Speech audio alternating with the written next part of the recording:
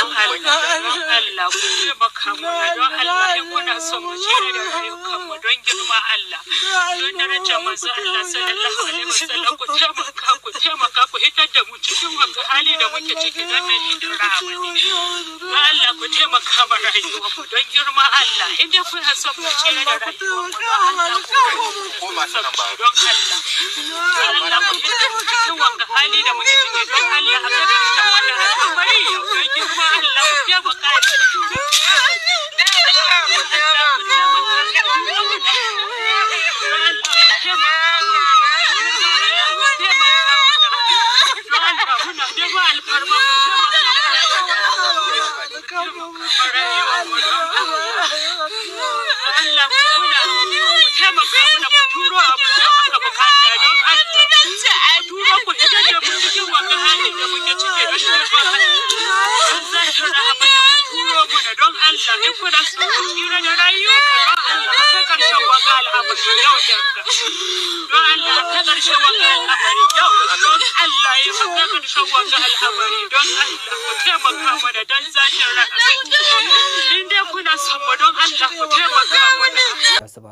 ya subhanallah wa'annan azzaliman mutane Allah ya tsine musu albarka, Allah ka wulakanta su, Allah ka tozarta su, Allah ka ma waɗannan bayan Allah sakayya da waɗannan mummunan abu da aka aikata musu. Jama'a waɗannan su ne 'yan bindigar da suke ikirarin cewa laifi aka musu suke ɗaukan farsar abin da aka yi ma 'yan uwansu, amma a cikin ƙoƙarin ɗaukan fansa sai su je su kama mutumin da bai ji ba bai gani ba, bai taɓa aikata musu laifin komai ba, mata ƙananan yara babu wanda suka raga mawa su kama ka su kai ka daji suna maka irin wannan azabar suna cewa a kawo kuɗin fansa. Wannan yayi kama da kana ɗaukan fansa idan aka tambaye su soya musu suka musu laifi sai su ce wai 'yan sa kai ne suka musu laifi. Me yasa ba za ku je ku samu 'yan sa kan ku rama abubuwan da suke muku ba, sai dai ku ƙare akan mata da ƙananan yara kuna zalunta su kuna cin zarafinsu.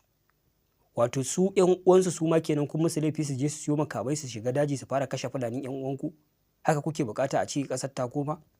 Wannan rashin imani ne. Babu wani mutum mai irin wannan aikin a faɗin duniya da ya isa zai kalli tsabar idan mutane ya ce wai laifi aka mai wai yake irin wannan abin. Wannan zalunci ne, wannan ta'addanci ne, wannan bai da alaka da an yi maka laifi. Babu wanda ya maka laifi kake irin wannan abin. Waɗanda suka muku laifi ba 'yan sa kai bane, su ma suna rike da makamai kamar ku? Ba ku san inda za ku je ku same su bane? Kuna amfani da informa su faɗa muku gidan mai kuɗi, su faɗa muku ga motoci sun zo wucewa akan hanya, ku tare ku kama, ku ringa amfani da informomin mana suna faɗa muku inda 'yan sa kai abokanan faɗan ku suke, ku je ku yi faɗa da su ku yi kashe-kashe a tsakaninku. Sai mu gane faɗa ne da ya shafi tsakaninku da 'yan sa kai. Amma kawai ku zanka zuwa kuna kama mutanen gari, kuna gana musu azaba, kuna karɓan kuɗin fansa, ku ce wai cutar da ku akai. Ƙarya ce wannan. Jama'a waɗannan mutanen azzalumai ne nan ba ɗaya, ba su da alaƙa ta kusa ko ta nesa da ƙoƙarin kare haƙƙin Fulani ko cutar da Fulani 'yan uwansu da suke cewa an yi. Hasali Fulani 'yan uwansa ma ba su tsira daga waɗannan abubuwan nasu ba. Suna bin duk wani bafulatani da yake da shanu ko dabbobi su sace, su kashe shi in yi musu tarjiya, sannan su kama mutanen gari su ma su karɓi kuɗin fansa su musu azaba kamar da ku gani a cikin wannan bidiyon. Amma marasa tsoron Allah shedanu a haka suke fitowa har suna cewa wai laifi aka musu suke ɗaukan fansa. Wannan ba gaskiya bane, wannan zalunci ne, wannan ta'addanci ne nan ba ɗaya. Sannan mafita akai yadda za a kawo ƙarshen wannan matsalar guda ɗaya ce. Jama'a a arewa ake wannan abu. Muna da gwamnoni guda 19. A cikin jihohin nan 19 akwai sarakuna na gargajiya na cikin kowace irin ƙabila. Sannan a cikin jihohi 19 nan akwai sanatoci, akwai reps da suke wakiltar al'umma.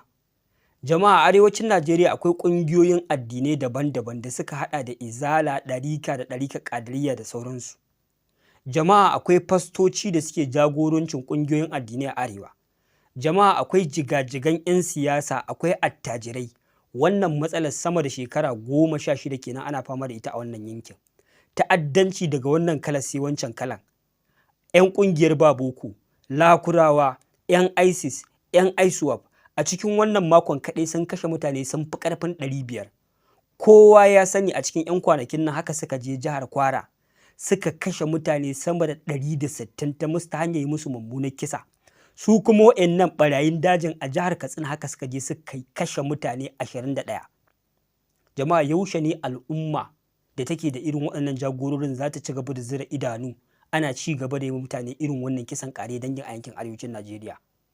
Har ta kai ga su wasu sun balle sun koma gefe sun ce su mabiya ma addinin su kawai ake irin wannan kisan, sun nemi taimakon wata ƙasa a zo a taimake su. Jama'a wannan matsalar ba matsalar wata ƙasa ba ce, matsala ce da take addaba al'ummar arewa, matsala ce da ta shafi musulmi da kirista, matsala ce da ta shafi kowane yare. A don haka jerin waɗannan mutane da muka kira, idan har ku ne jagororin al'ummar arewa, to ya kamata ku yi zaman gaggawa da murya ɗaya, ku yanke shawara akan matsaya ƙwaya ɗaya akan yadda za a kawo ƙarshen waɗannan fitintunan a cikin abin da bai gaza wata 3 ba. Idan matsaltsalu ne na 'yan siyasa za ka ga duk gaba da hassada da kai ruwa rana da ke tsakaninsu akan biyan bukatunsu sukan iya taruwa su yanke shawara da murya ɗaya akan yadda za su samu kansu mafita. Haka su kansu malaman addinin mukan ga sun fito gungu-gungu suna faɗan matsayinsu akan wanda ya kamata ya jagoranci al'umma a zaɓe. Haka ɓangaren mawaƙa, haka ɓangaren kiristoci, haka ɓangaren kowa da kowa yana da gudunmawar da yake badawa a lokacin zaɓe da wasu abubuwa da suka shafi al'umma. To akan menene matsalar rashin tsaro wannan yankin ba zai haɗa kanshi a kawo matsala, a kawo mafita ƙwaya ɗaya ba?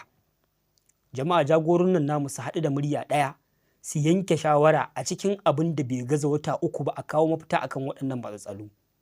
Jama'a muka ce muna da shawara ta yadda za a kawo ƙarshen wannan fitinar. Shawarar kuwa shine idan yaƙar waɗannan 'yan ta'adda za a yi, gwamnati ta ware adadin jami'an tsaron da take ganin za ta yi amfani da su gurin yaƙar waɗannan 'yan ta'adda. Ba mu ware wata ƙungiya ta 'yan ta'adda ba, tun daga ƙungiyar ba boko, su ISIS, su ISWAP, su Ansaru, su waɗannan 'yan bindigan kama daga kansu Bello Turji da ilahirin ƙungiyoyin rankata kaf da suke arewacin Najeriya. Muna so a yaƙi na bai ɗaya da su a kawo ƙarshen su gabaki ɗaya. Ko dai su miƙa wuya, kuma in suka miƙa wuyan ma a kama su a hukunta su daidai da abin da suka aikata, ko kuma su tsinci kansu a lahira. Idan gwamnati ta ware adadin jami'an tsaron da take buƙata, idan sun yi ƙaranci ne a nemi volunteers na matasa a arewacin Najeriya. Idan gwamnati tana buƙatar volunteers aƙalla adadin miliyan 1, ina da yaƙini sai mutum miliyan 2 zuwa miliyan 3 sun fito sun ce suna a shirye suke su ba da rayukansu domin a kawo ƙarshen waɗannan 'yan bindiga. Sannan idan makamai ne ko kayan yaƙi suka yi ƙaranci, a buɗe gidauniya a yankin arewacin Najeriya. Attajirai da al'ummar arewa za su iya tara kuɗaɗe har su yi rara akan abin da za a nema na kawo ƙarshen waɗannan 'yan ta'addan. Jama'a yadda aka yi a lokacin coronavirus, aka dakatar da Najeriya na tsawon wata guda, ba a sallah, ba a kasuwanci, ba a tafiye-tafiye, duk dan ana jin tsoron kar coronavirus ta kashe mutane. To wannan ma haka ya kamata a yi a wannan yankin. A dakatar da komai na tsawon wata 1 zuwa wata 2, a haɗa jami'an tsaro da volunteers ɗin nan, a yi kukan kura a shiga dajikan nan duk wata ƙungiya ta 'yan ta'adda. Kar a dawo ba tare da an kawo ta ba ko an kama jagora wannan ƙungiya da mabiyanta ba. Al'umma su shiga masallatai su ta ruwan addu'o'i, kiristoci su shiga coci su ta ruwan addu'o'i. Har Allah ya taimake mu a share dukkan waɗannan fitintunu da suka addabe mu. Jama'a kar wanda ya zo ya ce muku wai a jira lokacin zaɓe, gwamnati ce ta gaza, a canza ta, sannan a zo a naɗa sababbin ministan tsaro a ce za a kawo ƙarshen wannan fitinar. Wannan matsalar ba irin wannan salon take bukata ba. Matsala ce da ya kamata a yi amfani da dama da ragowa haɗin kai da muke da shi a yanzu a tunkare ta a kawo ƙarshen ta baki ɗaya. A aje bambancin addini, a aje bambancin ƙabila, a aje bambancin siyasa, a aje bambanci kowane iri, al'ummar arewa su haɗa kai su tunkari wannan matsala a kawo ƙarshen ta baki ɗaya.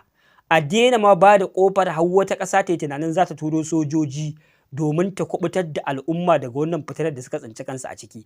Matsala ce da wacce da haɗin kai za mu iya ceton kanmu, za mu iya kawo ƙarshen ta baki ɗaya har abada, kuma wannan yankin na mai zauna lafiya. Jama'a wallahi idan kunne ya ji gangar jiki ya tsira. Idan ko al'umma suka ce za su ci gaba da jan ƙafa, suna zira idanu, ana ci gaba da yin wannan kisan gilla, wata ƙasa na cewa za ta shigo da sojoji domin kawo mafita, na rantse muku da Allah sai mun tsinci kanmu a mawuyacin halin da billahi lazi ƙasashen makota ma da muke ganin suna cikin masifu sai mun fi ganin alherinsu akan wannan ƙasar tamu.